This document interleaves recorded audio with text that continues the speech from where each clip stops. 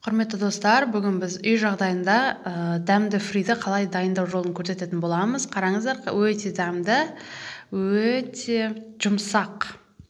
Қараңыздар, өзімізге керекті картопымызды тазалап, орташа қалыңдықта турап аламыз. Бәрін біркелкі етіп тураймыз, өйткені бәрі біркелкі шығу керек.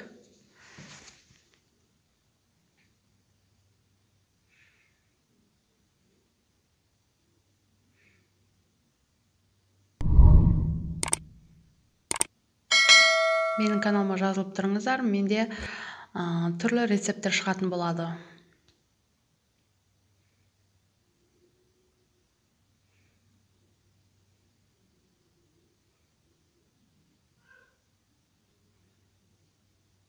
Картопымыз дайын, бұны крахмалы кету үшін 2-3 рет шайып жуып аламыз. Жақсылап суға араластырып жуамыз, өйткені жақсы кетуі қажет крахмалы. Мен көбінесе 5 минутқа тұз суға салып қоямын, өйткені тұз бойына сіңірсе өте дәмді болады.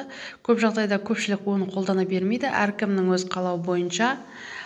Осы дайын фриімізді кесілген картоптарымыздың барлығын қағазға немесе таза орамалға жайып кептіріп аламыз.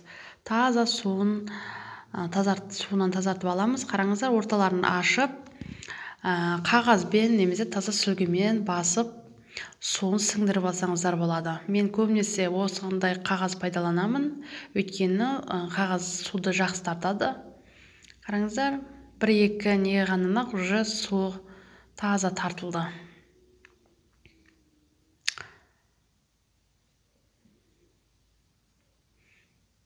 Бір-екі минут қағаз басып қойсаңыздар да болады, өйткені суын жақсы тартады қағаз.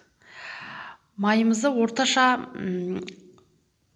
отқа қыздырып аламыз. Аз-аздан саламыз фриімізді, өйткені көп мөлшердегі фриіміз арасы шикі болып қалуы мүмкін. Қараңыздар, фриіміз дайын.